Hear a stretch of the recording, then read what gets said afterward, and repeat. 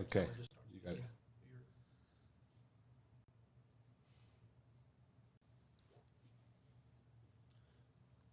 Is that 3, 2, 1? Okay. I'll wait for 3, 2, 1. Hey, thank you for coming. Join me, JC Lopez here with Lobo Chat with JC Lopez. And I got a special coach, special guest today. I'm sure you all know Coach Paul Weir, the head basketball coach of the Mexico Lobos, the men's team, the best team in America. You know, Coach Weir, welcome to JC Lopez, a chat with JC Lopez. Thank you for coming, and excited to finally get you here. Yeah, than's for having me, man. I feel like looks like the Jim Rome show or something. I'm happy to be here. Thanks for having me. Thank you for coming. Yeah. We're going Tim Baca here with the Hydro Bar, the Cog and Water store. He had asked me about, JC, you got to do a show that, I got to set up, and I'm not a media man. I mean, I don't do that. No, but a lot of people. Sure. He goes, a lot of people, they like to hear stories, da-da-da. I go, you know what, let's try it. Why not? And it's been successful. I really enjoyed this. That's great. It's something. I'm 65 years old, and I got a new life. That Congrats, that's great. Thank you. Coach, I want to talk a little bit about your past season, the future. Sure. But first, I want to know who you are. People want to know who you are. Mm-hmm. Okay, Paul Weir is Canadian. Yeah. Yeah, and I know you like bacon. I've heard a lot of Canadian jokes over the years. Don't worry about it. That's the least of them. So tell us a little bit about who you are. Talk to we got a lot of people that always listen to this. Yeah, born and raised in, I say Toronto, Canada, but it's actually a city next to Toronto called Mississauga. Nobody really knows that. 2 sisters, mom and dad, both were immigrants. Both kind of moved to Canada when they were kind of children. Their parents, moved to Canada for a better life, from where, so to speak. My dad's Ukrainian. My mom was from England, and both kind of grew up in. I actually was speaking about this a few days ago on something else, but both grew up in an immigrant house. And an immigrant house back then, especially, European immigrants were. And what city did they landed? Where did they come from? Where at? In Toronto right away? Straight? Basically, yes. Yeah. Or that too. My dad's family, there was a big part of many Ukrainians were moving out to the middle part of Canada to farm and do a lot of farming, and that's where most Ukrainians kind of migrated to. But they stopped in Toronto, kind of landed there. It was right around the Great Depression. Land was really cheap, and they kind of just got into farming, around that area. So that was kind of how he got started in that area. And my mom, moved there with her family for other kinds of reasons. But both of them it was right around pre-World War II. So your parents, not your grandparents, your parents immigrated. Wow, interesting. Yeah. And do you ever ask them why Canada and not the United States?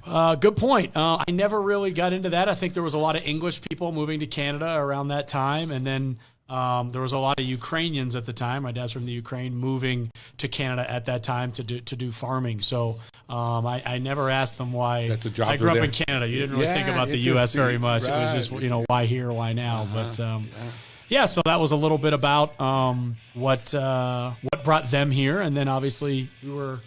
I don't know. You're bringing in some music on me here. I like it. We're not going wrong. Well, backdrop there, but.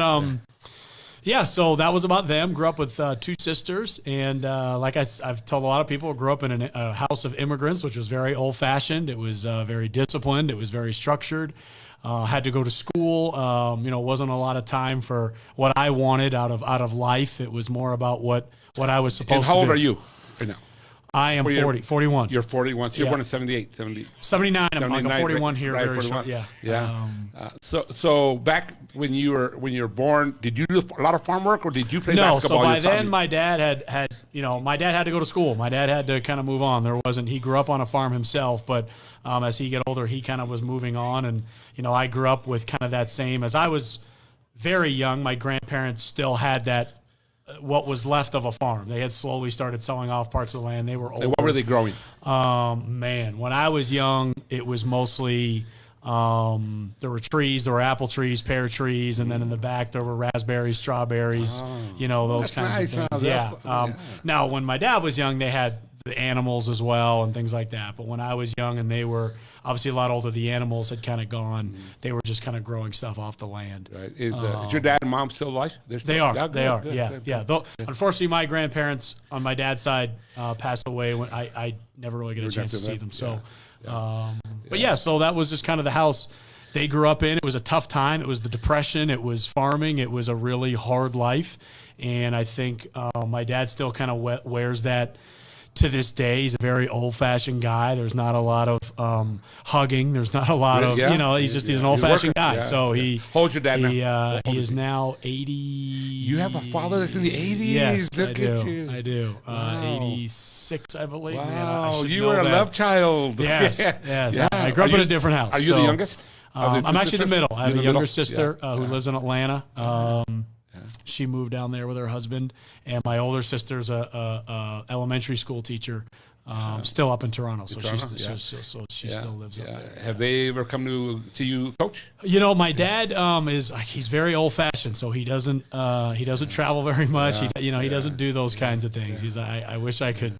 He's like something out of a movie. Wow. It's a very old fashioned guy. So That's interesting. Yeah, because my son's 42, JD. Okay. I'm 65. Yeah. Your dad's 86. You got you something. My son is the same age. Wow. A little different. Yeah. Wow. Yeah. That's and your mother, let me ask you how old she is? She is mid 70s. Yeah. I So believe. he robbed the cradle. There you go. Yeah. He did. Good for you guys. Yes. Interesting. Going back to your childhood growing up, what was your sport? I mean, hockey, like every Canadian kid, we played hockey. Okay. That was it. That was what you did. In the winters, you'd find a pond or a lake or somewhere to go skate on and play on with your friends. We were on, an organized team that practiced every morning at 5:50 a.m. or whatever it was. You got up and you played hockey. That's what you did. Yeah. I'm not much of a hockey. No, that's okay. Not many people down in this region were you? are. I played right wing. That was my position. I had a blast. I loved hockey. If I could still be playing hockey right now, I'd still be playing hockey right now. Maybe Tingby Beach will freeze one day. Seriously. We can go with it. Yeah. I've taken my kids skating over there at Outpost.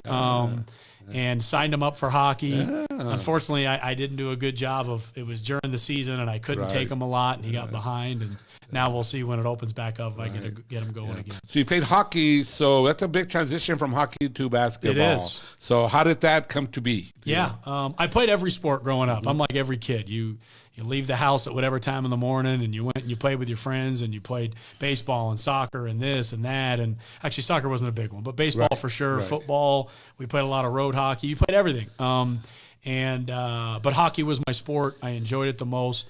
When I got to about the age of 13, 14, that is at that time, I don't know how hockey is now, but at that time, if you were serious about hockey, that was when you started getting drafted. That was when you started moving on to major junior hockey leagues. You move away. That was big time there. Hockey was it was the life. Could see and not like when Wayne Gretzky left home when he was 12 or 13 or whatever it was, and you'd go and you'd get drafted into kind of like a minor professional league and move on. And quite honestly, I wasn't good enough to be that level of a player. I wasn't on a track to go be a professional hockey player, but the guys on my team, the guys around our league, they were. So they kind of moved on. And I was kind of there with some of my friends, but the level of hockey just really dropped off for me. I enjoyed playing against all those kind of players. I might not have been the best, but it was fun. It was amazing to be out there being challenged and whatever. And at the end of it, I was kind of left in like a house league that it was boring. It just wasn't the same. And basketball was another sport that I kind of played. It was another winter sport. Hockey was a winter sport. And I thought, man, let me go try basketball. And I tried it, and it was challenging. And it was, man, these guys are really good. And it's just something I dove into and played for the next few years. And then when I got to my senior year of high school, got an offer to kind of go play at a university in Toronto. Point guard, I'm sure. Point guard, yeah. And went to go play there and started playing basketball there. Enjoyed it. Enjoyed the university. It was an hour and a half from home, so I got to go away and go to college, but it was also close enough to still be around my family. I probably wasn't ready to just go live, hours or however far away from my family. I was still, I was close to my family, and it was a pretty structured home environment, and I kind of hung around that, but also got to go away from home. What college was that? It was called York University. York University, okay. And enjoyed that. My playing career wrapped up. I had no idea what I wanted to do with my life, no idea where I wanted to go, what I was going to do, and my college coach called me and said, hey, there's an opening for a high school basketball coach. They need a high school basketball coach down the street. while you're finishing up doing whatever it is, you want to do. I was still finishing up school. And I thought, you know what, let me give this a shot. It was a small little stipend. Let me give this a shot. And fell in love with it. We were awful. I think we won one game my first year. It was a school that was not really very big into basketball. It was not in a great neighborhood. But I loved it. I had a blast. Who influenced you? Like, what books did you read back then? When you started coaching, you got, okay, what philosophy am I going to use? Back then I vividly remember a lot of things because they did impact me quite a bit. Mike Shanahan was big around the time. The Broncos were winning. He was coming out with books. Football. Loved learning about Mike Shanahan. Rick Pitino was very big at the time as well. Got into, Rick Pitino stuff at that time. And I was in my car a lot at that time, driving to and from and here and there, and I got into kind of books on tape and Tony Robbins and the Jim Rome show and everything. I mean, you just, getting in and around Toronto is not very easy. There's traffic. You're sitting around a lot. So listen to a lot of those different things. Follow the Buffalo Bills. Driving. Yes, Tony Robbins was big at that point too. I got some of his stuff. The Buffalo Bills were very big. They were on their way to 4 straight Super Bowls. Is that the opposite of Toronto? Yeah, it's about 45 minutes away. Okay. Yeah, it's right there. So, if you like football and you're in Toronto, you were a Bills fan. Right. So Bruce Smith and Jim Kelly and Thurman Thomas and Andre Smith and all those guys. Those were the guys. Yeah, they were. Yeah. I drove down to practices at Syracuse. I drove down to practices at St. Bonaventure. I drove down to practices at Niagara and Canisius and all those schools up in the Northeast, just to try and learn and kind of watch other coaches. And a couple of years into it, I was like, man, I really want to do this. I love coaching. And I got a great relationship with our principal, with our vice principal. We had a football coach at the time whose name was Rob Ford. He had come in to coach football. He eventually became the mayor of Toronto, was a pretty popular figure. He unfortunately passed away recently. But I was just a part of a community at the high school I was at. It was a Catholic school. I was Catholic. They liked me. I liked them. And they were like, Coach, go we'll hire you. We'll hire you full time. You can come, you'll be a teacher, you can work here and have a blast. I thought, you know what? I didn't really know what I wanted to do with my life. Let me go do this. I'd spent some time down in the States at some different colleges and thought, you know what?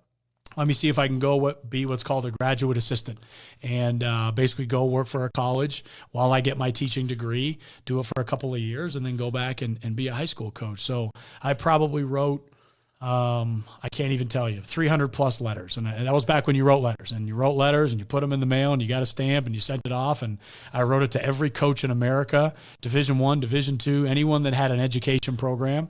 I wrote a letter to and said, my name is Paul Weir and I'm a high school basketball coach in Toronto and I'd love to come work for you, if you have an opening. I probably got out of those 300, 400, or 500 letters I wrote, 2 or 3 people to get back to me. So you need it, right? Exactly. Yeah. Some of them were just very polite. Hey, we'll keep it on file, but I don't know. But one was from a school in Louisiana called Northwestern State University, and a coach named Mike McConaughey. And he said, we actually have a few of these. We have a program here. I think it'd be a great fit if you're interested in it. They were playing Northwestern University that year, and I drove down to Chicago. Drove down, watched the team play. How met old the you coach, back then? met the staff. I'm 22-ish at the time, 23, finishing up college. Met him. He offered me the job, and I said, let me give this a shot. It was, a long ways away. So at the end of the year, I packed up all my stuff. I got in at the time, I had a Buick Century. I hopped in my Buick Century. I put everything I could in the car, microwaves, clothes, this, that, and drove down to Natchitoches, Louisiana, and joined the Northwestern State basketball team. And that's kind of where it started.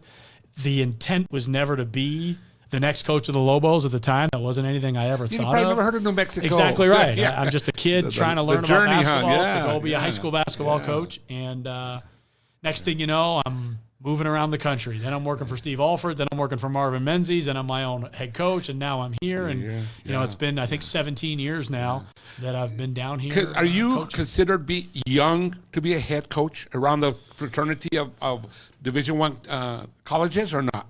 Are you the average side? You're young, huh? Yes, I am. Yeah. I think I'm the youngest in our league. I know that. I would say I'm relatively young. I don't feel young all the time, but yes, I think overall, in general, at this level for sure. When to go back to go to the chronology of why you're here, when you became under Marvin in the Aggies. Yeah. Okay. And had you ever heard of New Mexico State in New Mexico? Have you ever heard of the big rivalry they have over here? I really had no idea. Never had, huh? I really so did. you got introduced to the and when you were working for the Aggies and you came to the pit, what was your first impression of the pit? The first time that you came? Man, there was a lot going on.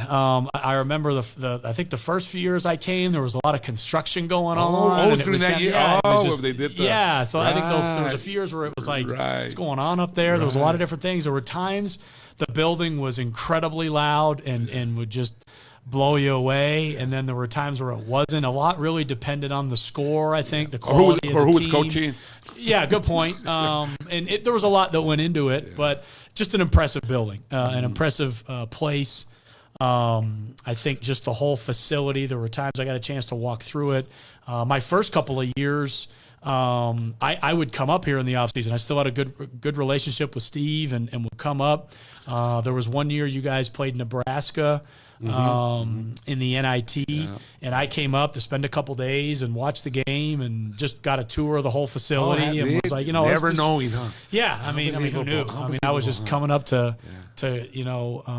stay connected to Steve and the program and the people that I knew and stuff like that. He ever offer you a job? I don't know if I'm allowed to talk about that on air. A couple times. I had the opportunity. Yeah. Interesting. Yeah. You know what? When Steve came, that kind of brought New Mexico's already a big college to us. As, it's the pit.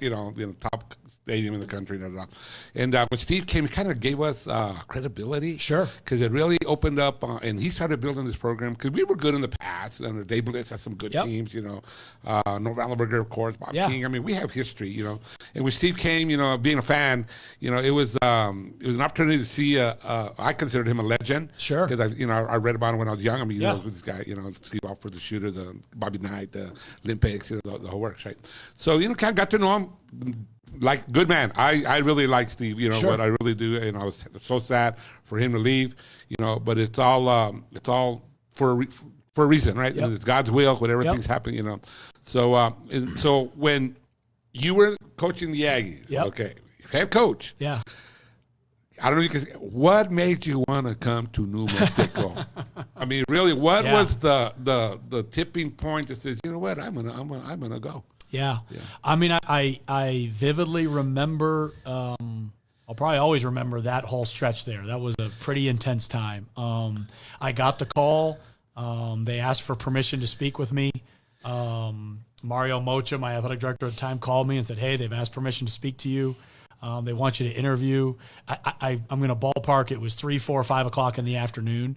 And I got off the phone, and even Mario was like, Coach, you need to think about this. He was not, I'm not going to talk to you ever again or anything like that. And I thought, you know what? I don't know. There's something wrong about this. I talked to my wife about it. I talked to some people that are close to me. What do you think? And somewhere that night, I think it would have been about midnight. I just, you can't sleep. You're thinking. My mind started to turn, and I got past the point of New Mexico State to New Mexico, and I just started to look at the amazing opportunity that New Mexico Lobo basketball is. And it was sometime around 11 or 12 at night, I started to think, it's Lobo basketball, and you have a chance to coach Lobo basketball. And I get there's a rivalry, I get this, I get that, but man, that's a heck of an opportunity that doesn't come around very often. And being young. Being the youngest you were. I started to get to that point. I thought, you know what? I owe it to probably myself, all the journeys I've had, all the places I've come from, the getting in the car 14, 15 years ago to do this. I don't know if I can say no just because I'm the coach at New Mexico State. That's probably a little close-minded and a little simple for me to do, and kind of went down the road and got into it pretty quickly, knowing that this was going to have to go one way or the other pretty quickly, because if it got out that there'd be an issue. So I stayed very in close touch with Mario, Coach Henson, the president of New Mexico State, everyone. Steve Alford, this is where I'm really, at. he probably contacted you because he probably For sure. Yeah, Called Steve as well. Called a lot of people in that very short period of time of this moving quickly. Couldn't tell some people because I knew, if I did, it could get out. Right. And knew that I'd have to take it or not take it. And I'd have to be 2 feet in. There was no, I can dabble with this and then go back to New Mexico State. People would obviously feel betrayed or a certain way, which they were going to anyways. They would say that you sabotaged the Lobos. There you go. Exactly. And I knew all that. Yeah. But at the end of the day, still the opportunity to coach a program of this magnitude, of this following, that had never been to a Sweet 16 before, I was like, man, this is the opportunity of a lifetime. Yeah. And can I do it?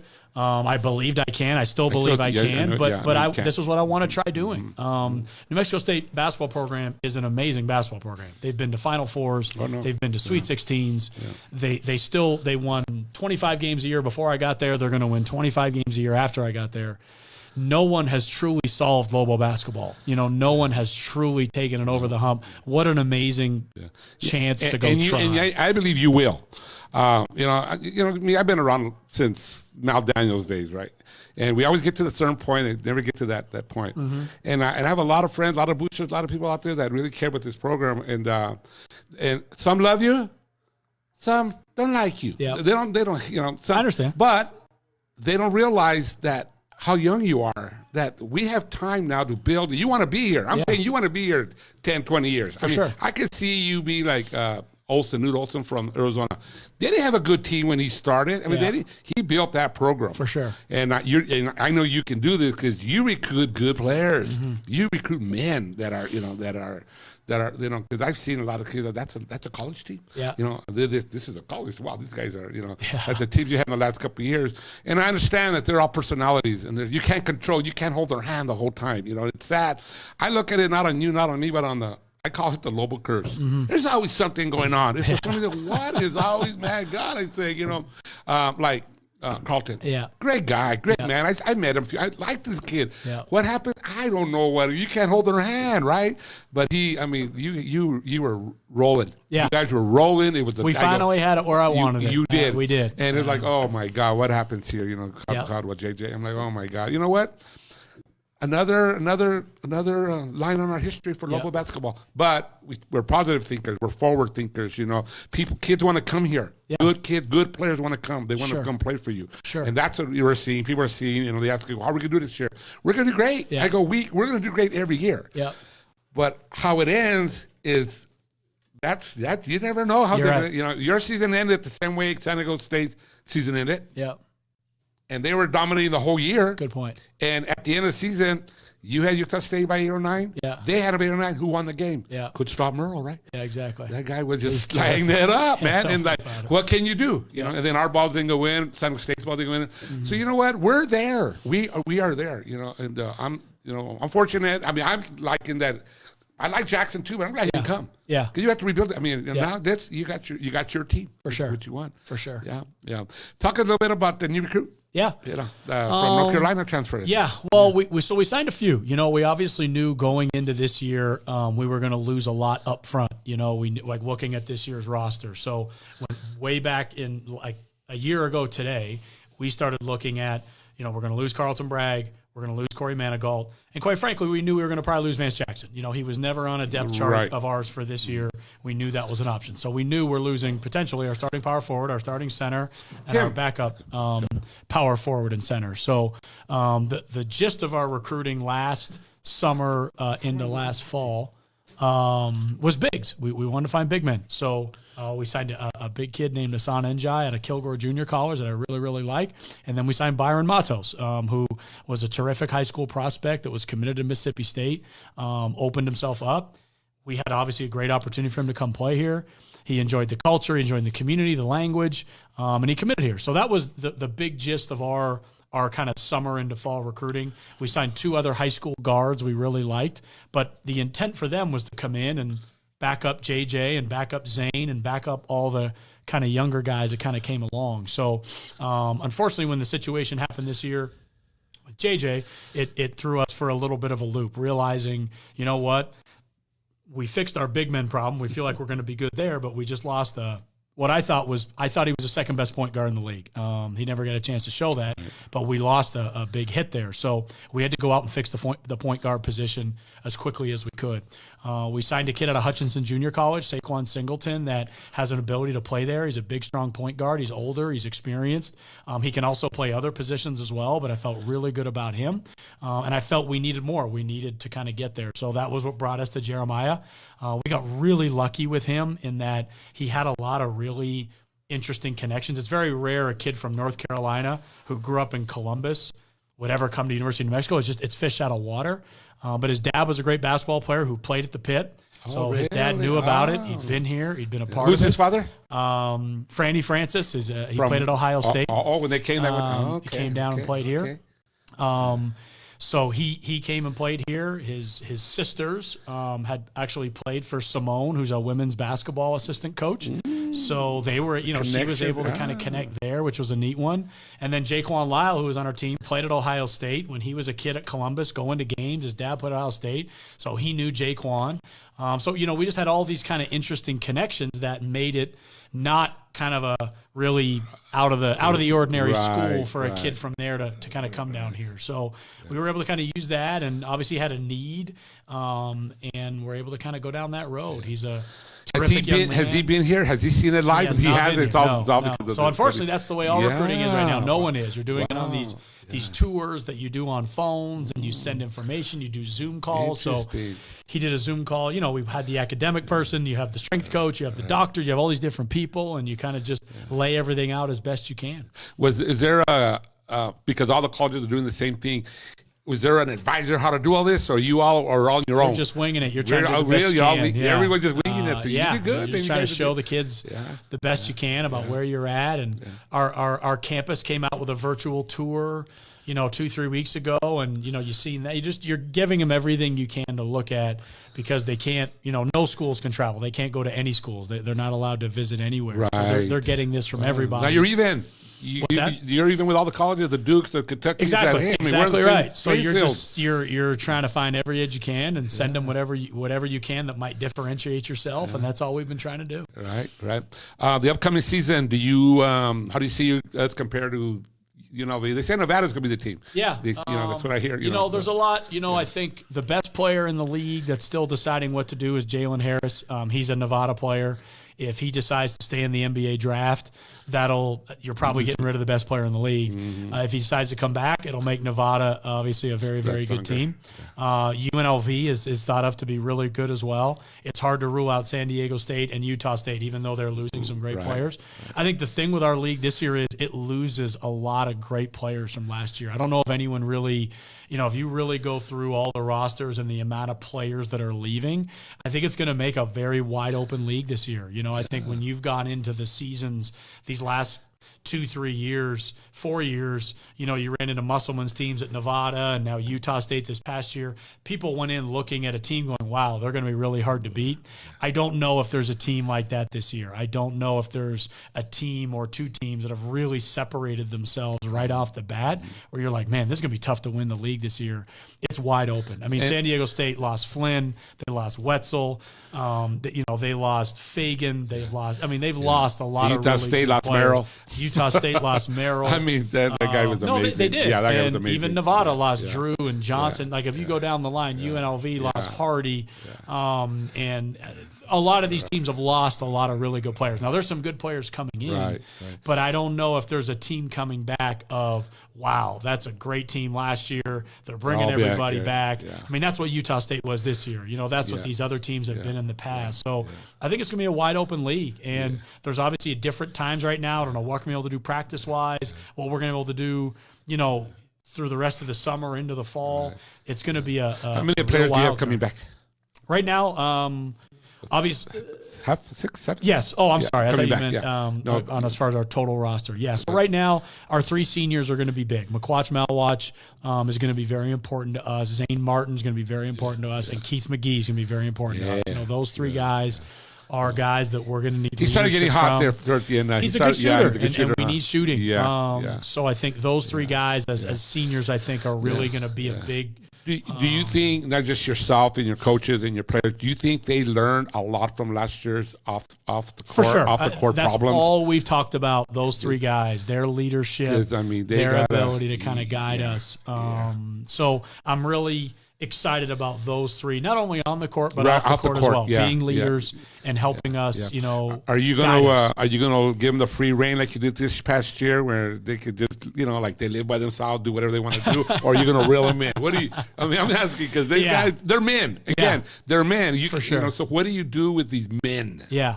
Look, I think when you have a really good point guard, offense flows very smoothly. That's the reality of it. And when we had J.J. Caldwell, you know, we're 15-2 and we're in the top 25 in votes, and we beat Wisconsin and we sweep New Mexico State, and we're doing all these great things, and it makes a lot of players go better. The reality is, you know, when we lost JJ, we lost our maestro, we lost our quarterback, and offense doesn't look that good after that. And that's not an indictment on those guys. It's like we just didn't have somebody to help get them the ball in the right places and make them look good.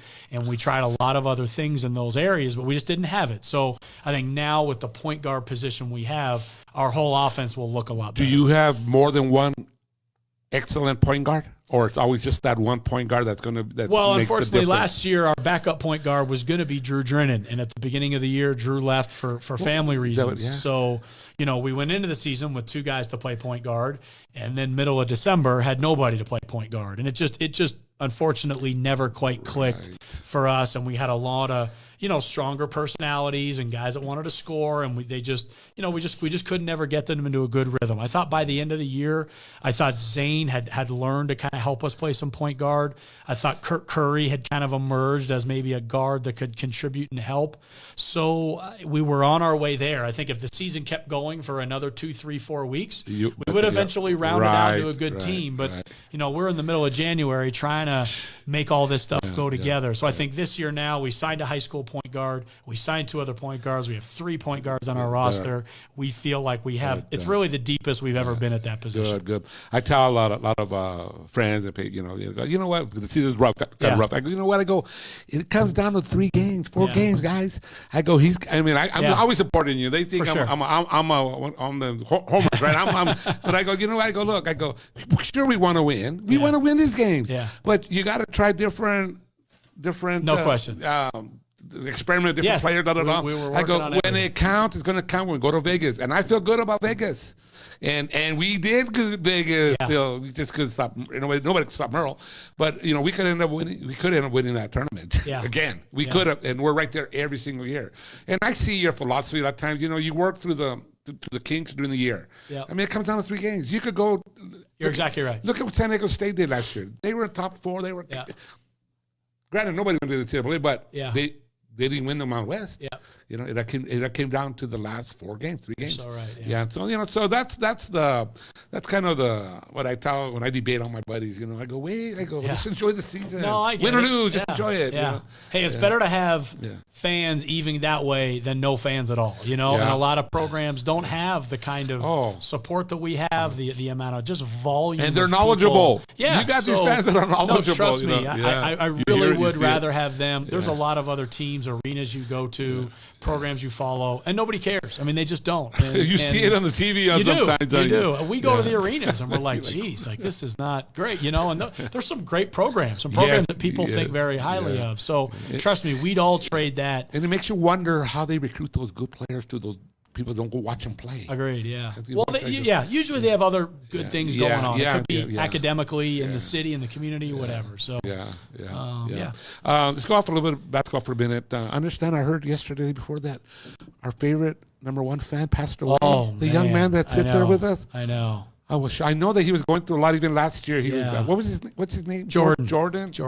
You know what? It was so sad, you know, because I knew he was going through it last year. He missed a few games last year, and his dad was saying that he's feeling, not feeling very good. And I just heard that he passed away. Yeah, that's the #1 fan. I'm telling you, we're all fans, but you know, he was there, and we always welcome him sit right there. No matter what was going on, no matter who was playing poorly. He would always, because some of our players, our program, you take some negative criticisms from time to time, and it wouldn't matter. He wouldn't even care. And he was a shake. Everyone shook his hand. All the players loved him. just a phenomenal kid. Yeah, I found, heard yesterday that he, passed away. Oh, how sad. I know. Another person who passed away, his name is Fred Bachicha. Big fan. He was 91 years old. Wow. He just passed. He was my coach at elementary school. Wow. And he had season tickets, and his family, they're all big Lobo fans, all of them. Yeah. And he passed away this last week, too. So Thursdays, that. they're having their, but he's another one that didn't miss a game. Yeah. Didn't miss, I remember, he supported you. They did, Yeah, that's great. Yeah, so, I've been in that pit for years, and I've seen a lot of people go. Yeah. I'm like, we're all, we're just happy we got to reload with these new fans. We got to find a way to get the marketing department from the Lobos. Yeah. Let's get these young people in the pit. Yeah. Because we're not getting as many young people anymore as you walk around. It's an expensive ticket. Yeah. It's an expensive ticket to get in. There's a lot of other things you can go to for a much cheaper price. So you have to really want to walk in there. And that's partly on us too. We have to win. I tell this to our marketing. I told this to our marketing people a month ago. I can't think of a better in the last however many years. The best marketing campaign would have been Steve Alford and Craig Neal coming back to the pit for Nevada, and that game didn't sell out. The New Mexico State game, the other games actually had more people than the Nevada game. Right. But they were coming to those games because we were winning. Yeah. And people come when we win. Right. At the end of the day. And that's my job. Yeah. That's not anybody else's job. Well, I could see. If they're not going to come watch Nevada and Steve Alford, then they're not coming. Well, you said it to Steve Alford. I didn't want to see Coach Neal. Yeah. The only thing I thank Coach Neal is because you're here. Yeah.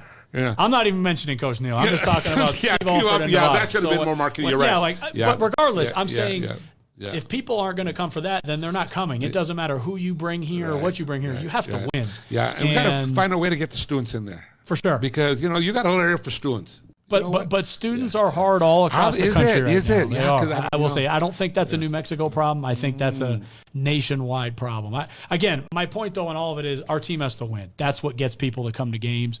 We have to be successful. And we were on our way. I mean, it took us 2 years, but this past year, we finally, I thought, had a team to win the Mountain West. I thought we finally had a team to represent this program. Yeah. We just unfortunately did not represent it away from basketball the way we were supposed to. And we've got to find a way to and I think we have. I think you learn. I think you learn from that. And like I say, you're 42 years old. I mean, my God, you know what? You got a lot. You got a lot coming your way. Yep. A lot more learning, a lot more education. But you're here. Yep. And I agree. Everybody should just support you and support Lobo basketball, Lobo athletics as well. We all need help right now. We all do. Yeah. We all do. And I know I represent a lot with the Lobo Club. I like joining the Lobo Club. But then again, you have your own special side booster club called the First. Sixth Man. Sixth Man. Can you explain what the Sixth Man is all about? The Sixth Man Club is basically a group that helps supplement our budget. We don't, for instance, our food budget is very, very small. And we don't have enough money to feed our players out of that budget. So a lot right now of what comes out of the Sixth Man Club helps feed our guys. And it's something that you obviously want to do. You want to feed your kids and tell the parents and tell the kids, hey, we'll feed them. We'll give them that. It comes for some educational stuff. It comes from kids wanting to take extra classes. It helps kids graduate. It paid for Kenny Thomas classes, J.R. Giddens classes, things that aren't in a normal budget. So you still care. You still take care of the alumni. If they want to come back to for school, sure, if they want to come back, hey, we'll pay for it. It comes out of our Sixth Man Club. So we use it for things that aren't in a budget, it could be bringing in a guest speaker and flying somebody in that I think could be very impactful. That's not in a budget. You don't have a guest speaker item in your budget. It could come from a lot of things. You get a big win on the road, and we want to get the guys milkshakes. You know what I mean? Like let's go get some milkshakes and give the guys something as a reward or whatever. So we use it for things that aren't in a budget that mostly all go back to the kids. That's kind of what it's for. I know that a couple years ago, and it's still in fact because I'm 65 and I got gray hair, we got a new booster group under the Sixth Man called the Gray Wolves. There you go. Yeah, and here again we raise but it's not as much as the Sixth Man, but you treat us the same. Yep. I mean, you treat us the same, and I know a lot of the guys appreciated it. So it's it's fun to be part of of something that's big. For sure. Really, these fans, when we go watch practice, they love it. Yeah. They love it. Go sit by. Exactly right. So tell everybody out there, what, when you're in the local club, you also got the first teamers, so you can help coach. Yeah. Here, because this year's we're gonna win it this year. I hope so. Here. No, we got a good team. No, I know the players that you recruited. I know you learned a lot last year, and every year, and I think these players learned a lot of what can happen off the court. So let's hope that they stay focused. On anything. No, I think we put our goal going into this past season was let's give ourselves a chance to win the league. I thought we did, and the day the season ended was like we've got to find a way to put a team together that's going to be able to win the league, and I think we've done that. So now we have to piece it all together and coach and develop and train and mentor. But I do think theoretically, on paper, our team is good enough to win the Mountain West, and that's all. Do you feel that? It's going to be different because of this pandemic that's out there. I mean, what do you guys see? Unfortunately, I'm not medically inclined enough to know where this is going and what we do. All I do is the best with what we have.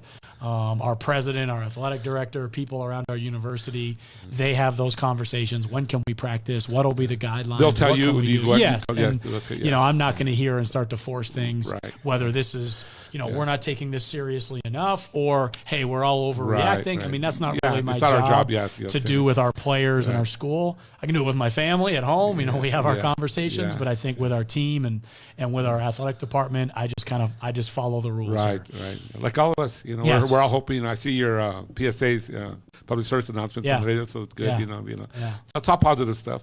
I believe this is we're going to overcome this. I really do. It's gonna we're going to be okay. I personally think the governor's doing a good job. Sure. I get a lot of people say, oh, you know what, we're all in business. I'm a businessman. We all got to be careful. We're thinking about the long term, not the short term. So we're pretty, pretty just, like now, I haven't been on the air for, I think last week I did with Lee Fiera, but I haven't been on the air for a couple of months. I wanted to make sure that everything was, even you to come out. Sure. We got to make sure that, everybody's safe and, that's, and that's where we're at. So I'm just hoping that I hope we have football too. Yes. I'm hoping that, because football. We need football. Yeah, football, we all need football, right? Yes, so, we do. And Danny's doing a great job already recruiting and, getting, I tell him, I joke with him when he was here that his best recruit was Rocky Long. There you go. There you go. Yeah. So, no, I'm excited. I'm really looking forward to hopefully football season, and Coach Gonzalez seems to be doing a great job, and hopefully he'll get it rolling. Yeah, I know you guys got a good fraternity of coaches. I see that. Yeah. So one of the ex-coaches got married. Ex-coaches. Yeah. Married Sierra. Okay. What's his name? The ball-headed guy. What's his name? Oh, Chris. Yes. Chris Harriman. Yes. Yeah. That's how he got married. There you go. He stole another Hispanic girl from New Mexico. Your wife's Hispanic from Las Cruces. So I joke about it. I go, these guys are coming to town taking our girls, man. I'm sorry, man. I'm sorry. It's all good. Yeah, that wasn't. No. That's you know what? You get to see the culture, the heritage. For sure. The great people that Yeah. No, my wife's the best. Her family's the best. But when I was at New Mexico State, we had a really great year. So I had a lot of options to leave. People would call and say, hey, do you want to interview this job, interview that job? And I'd say, hey, what do you think? We're not going that far away. So when this job came open, I was like, close. Exactly. And I was like, hey, it's like, that's about as far as she could go. So it actually fit family-wise that she didn't get too far away from me. Right. And it's good. 3 hours away. Exactly. So you understand they own a restaurant, her mom and dad? Her dad's side of the family is actually Italian. Her mom's side of the family is Hispanic. So the Italian side, they have a restaurant in Las Cruces. So it's an Italian restaurant. Yeah. Interesting. Yeah. Well, there's a few people listening here, watching us. We got Jeff Sembiera's watching. Ooh. Oh, Jeff. Man. We have. This is the Jim Rome show. Telling you, got Melissa Sanchez. She's the director of the West Side Chamber of Commerce. Terrific. She's on. Randy Garcia with Garcia Kitchens. Awesome. Yeah. Randall. We got here. We got someone from Arizona watching. Dana Jones. Butch Alari. Okay. Butch. Butch. You're another number 2 fan. He's always there with you. Huh? He says, "Good morning, Coach Weir. This is Manny. Glad to see you again. Really happy with your recruiting class." Manny, I hope you're doing well, man. We need to talk. I need to connect with Manny. All right. Tommy Maestas, RJ Garcia, Paul Garcia, Judy Gonzalez, Anthony Gonzalez, Matthew Barstow, Tim Buck running on the Wall Zone, Matt Barstow again. What's happening, JC? So everybody that's watching, make sure that you send it to your friends. Let's back coach here. Yeah. Let's help them. I mean, as do we open up other businesses, join the first team, join the Lobo Club. Let's help each other. It's six-man club. You keep saying first team. Why do I keep saying that? I don't know. Who is first Danny team? Gonzalez. Is that football? Football. Isn't that like the first? Okay. You got the top 100 with golf. You got the. Yeah. No, I know. They get confusing. They get confusing. Six man. Remember the six man. We're the six man. No, but thank you too, JC. Seriously, this is good that you're doing this kind of stuff. We all need each other right now. All of us. Every business, every platform, everything. We all need to just support, help each other. We're all connected in a way, whether we like it or not. And I think just supporting other people, saying positive things, thinking the best, being optimistic, taking care of ourselves, all those things. Like it's just going to help other people, and we have a civic duty right now to do that. To help each other. We do. I talk to people that we live in a bubble. New Mexico's a bubble. We take care of each other. We don't have all those outside big old corporate people coming Exactly in. right. We take care of ourselves. Even our big sponsors are big.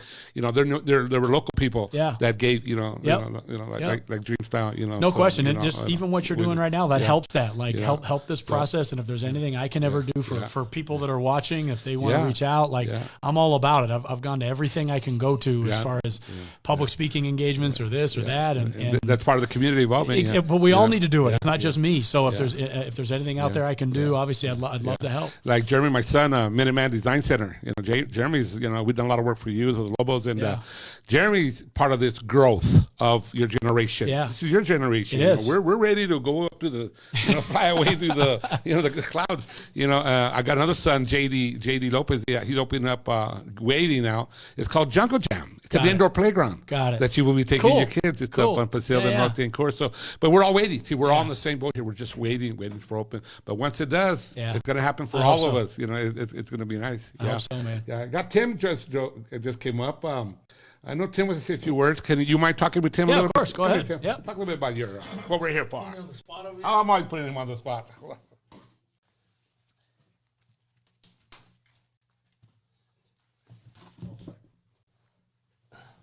All right, cool. Turn that up a little bit. Yeah, Coach. So thanks for coming in today. I really appreciate it. This is cool, learning all about hydro bar and Kangen water. Is that how I say it? Yeah. Kangen So some water. people call it Kangen or Kongen, but it's been around forever. Yeah. So that's the gringo way of saying it. Kangen. Kangen. That's my wife would always say. You're speaking like a gringo. So. Yeah. Yeah, no, it's been awesome. So, like I said, if you guys ever need our stuff here, it's cool. It's pretty awesome. Oh, it looks cool. Hydration, it's key. Yep. It's key. And thanks for having, coming in and supporting the show. It was funny because, JC and I have known each other for a long time, and I'm like, man, you need a platform. Yeah. And I had the venue already. Yep. And we were using this for the water. Yeah. And testimonials mostly. And so one day I'm like, he didn't even have a Facebook account. Yeah. And I don't either, unfortunately. So don't worry, we're in the same boat.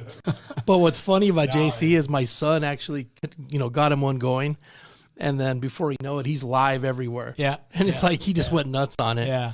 So when we decided to do the show, it's like, man, you have a platform now. So sure. No, I'm glad JC's got one he's of those back. personalities, man. I know. He's everybody likes him. He's one of those engaging people that you just can't not help but like, I know. So he's a good dude, man, and he's meant a lot to us and our program, and it was the least I could do when he called me to say do it. It's of course, man. He goes above and beyond. He does things that people don't even know. The senior night, plaques that everybody has, that's JC. Just a lot of things where he just chips in a lot of ways that I'm very thankful for him, his support, and I'm sure I'm not the only one. There's a lot of people that like him. Like I said, his personality is it's awesome. Yeah, it's funny. The last Lobo game I went was a football game with JC. And last game I went to a football game, it's like every single person knew him on the field. I mean, it's nuts. Yeah. But he's an ambassador for UNM and the Lobos, and so glad that you guys are anytime you guys need this too. Like this is a great venue for Good your coaches or whatever you guys good need. To know. But anyway, I'm gonna let you go. I'm gonna let JC close up the show. Thanks, Good to JC. see you, man. Yeah, Thank you, Coach. Thanks for doing this too.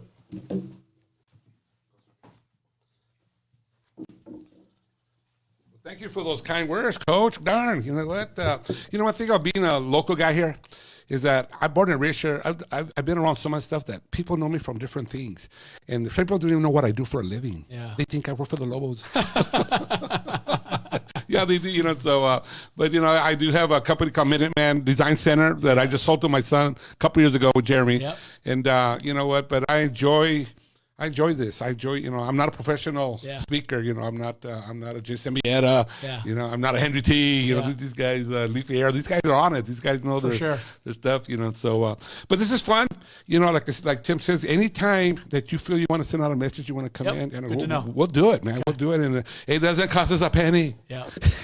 Good to know. That's what's nice. You know, Tim is doing this and on the bottom of his heart, too, you know. So, anything else, Coach, you want to say? We're good to go. And no, thanks for having hopefully, me. I'll have you again. Go you know, Lobos. Go Lobos. Everyone in the community, let's be positive. Stay healthy. Let's work through this. That's right. Let's stick together and we'll just do well. Get through this. I hope that I didn't leave nothing on the table, you know, because how come you didn't ask him this, you know? We'll come back another time if this keeps going. He's setting it up to where we can get calls. Okay. Can't do it now, but we'll set it up and we'll get some calls, right, from the fans out there. All right? All right. Thanks, man. Thank you again, everybody, for coming. Say hi to Coach again.